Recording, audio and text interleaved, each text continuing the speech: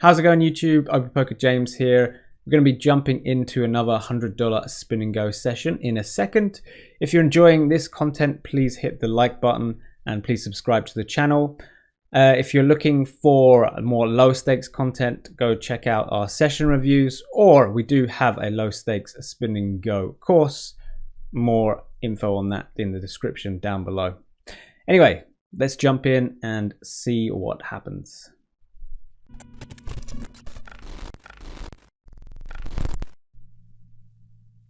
All right, we got another game here. Oh My Cat 480.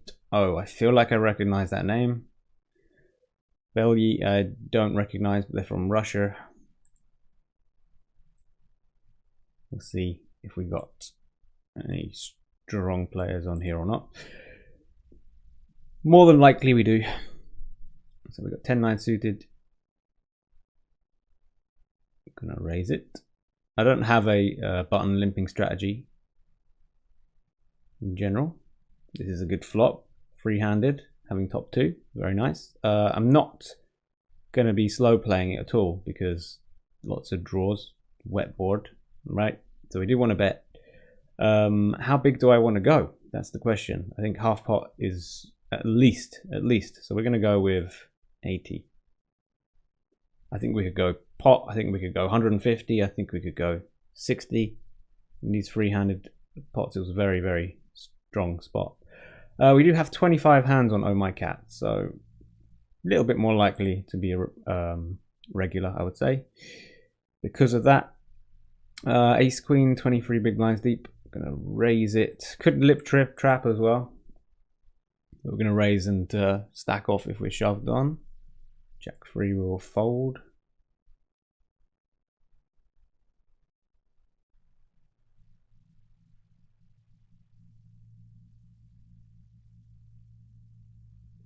Two 4 off, I'm gonna fold.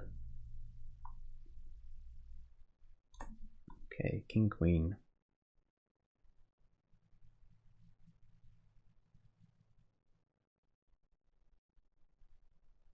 Can't call this against an unknown. We need to have a very good reason to know to call that wide.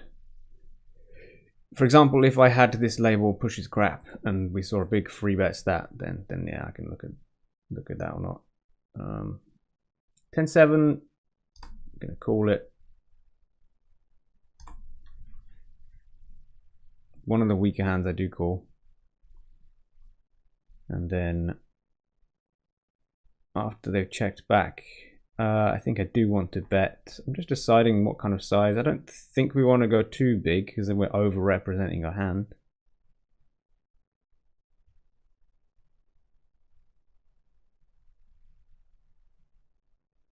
But yeah, just wanted some value there.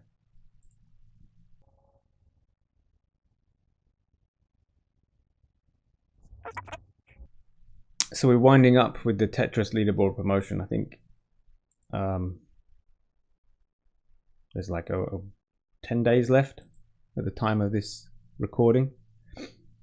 I don't know what will happen to the spin and go games afterwards. I hope they stay as soft as they have been during the promotion. I guess we'll find out going forward.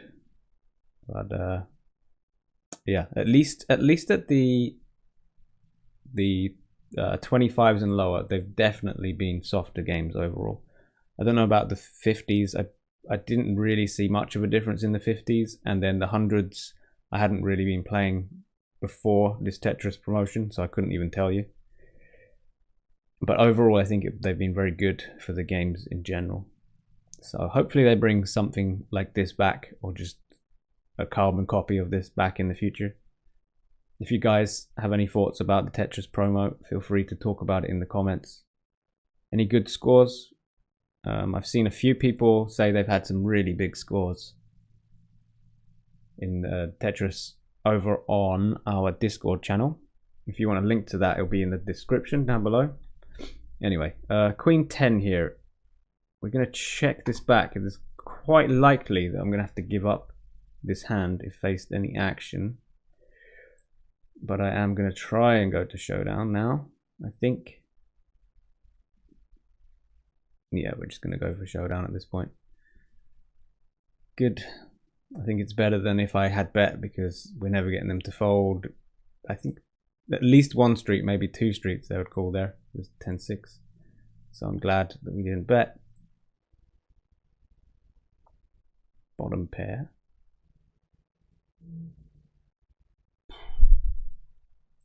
Just going to check it again.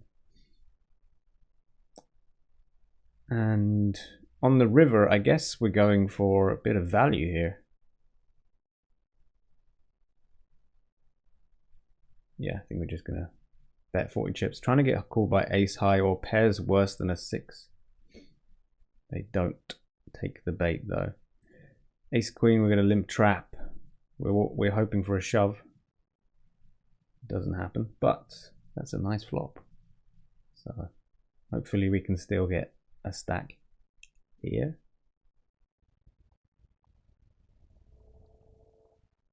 Okay, this is going to be tough if we're facing lots of bets. I was expecting a fair sized bet on the flop. It hits their range so much better than ours. I've now pretty much got the strongest part of my range, I have to say. So I think we are going to raise here. I think, yeah, I'm just going to shove. I do need to protect my hand, even though it is strong. I don't think it's... I think hands like Jack 9 are ones that I might prefer to slow play instead. So I'm just going to put it in. Got lucky there on the turn.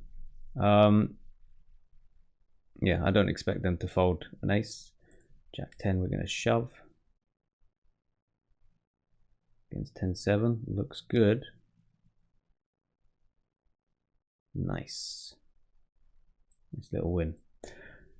Right, yeah, I think the hand we'll look at for this one is...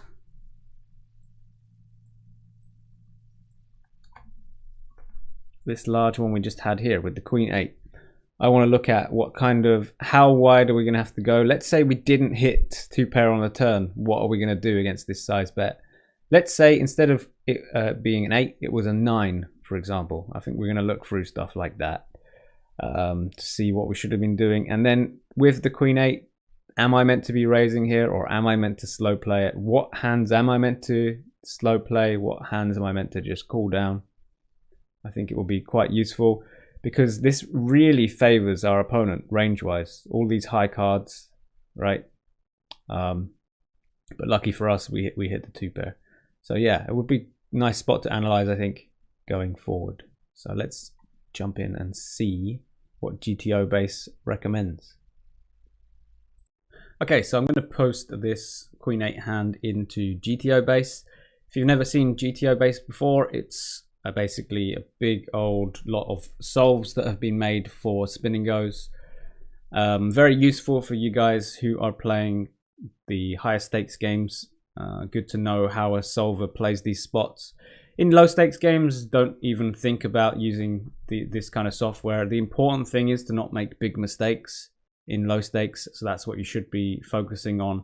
Really, you just want to be sharing hand histories and making sure you have good solid fundamentals, using certain bet sizes that are kind of exploitable against the population. So if you're interested in that, we do have a low stakes spin and go course. You can find a description of that down in the description below. So yeah, anyway, let's get on to this hand where we had Queen 8. We're heads up, 15 big blinds deep. They limped and we checked. Now, I knew that this was a hand that we wanted to raise sometimes, but we didn't. We decided to check. So we check on an ace queen 10 flop. We do expect a lot of bets here when we do check, and for plenty of different sizings. So let's have a look at the different sizings that small blind could use here. As you can see, it's just a full spectrum. They should be checking only 26% of the time. I think nearly always they're going to be having second and third pairs and low pocket pairs here that do check, and then anything else is betting. Maybe occasional trash like 6-5 off, but yeah, for the most part it's a very, very strong board for them. And then they bet plenty of different sizings. So they bet the minimum for 1 big blind, and then they can even bet pot size sometimes.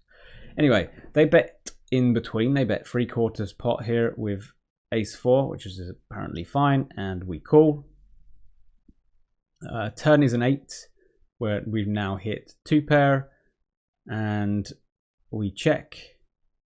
I'm guessing it's just a spot where we check our entire range. Let's have a look. Yeah, it is. Cool.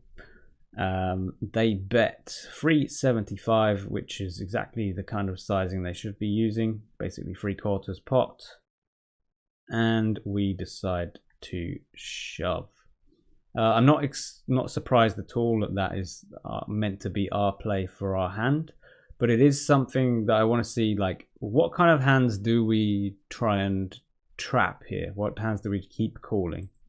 Are we even trapping anything at all, right? So hands like Queen 10, Queen 8, 10, 8, we're all just raising all of those 2-pair type hands.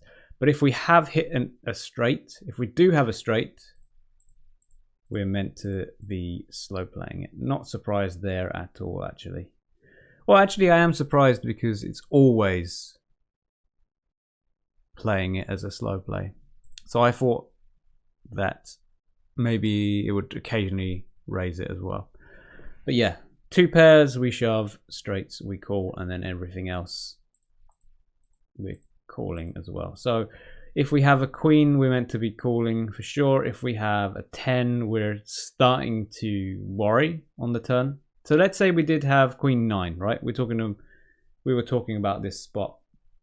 Instead of Queen 8, we got Queen 9. So they bet 375. We were meant to call. Apparently, small amount of shoving as well, but never something I would do. Not something that we could add to our game, I don't think, realistically. Anyway, we call. And then what was the river in this spot? The river was... Oh, it was a jack. Okay, let's just make our own river. Let's make it, let's make a brick river. Let's go with 5 of diamonds. So, 5 of diamonds seems like a spot where we would always check, which the range does. And then let's say they basically put us all in on the river. What are we meant to do with the queen highs? We're meant to call basically all of them. It's actually quite simple here.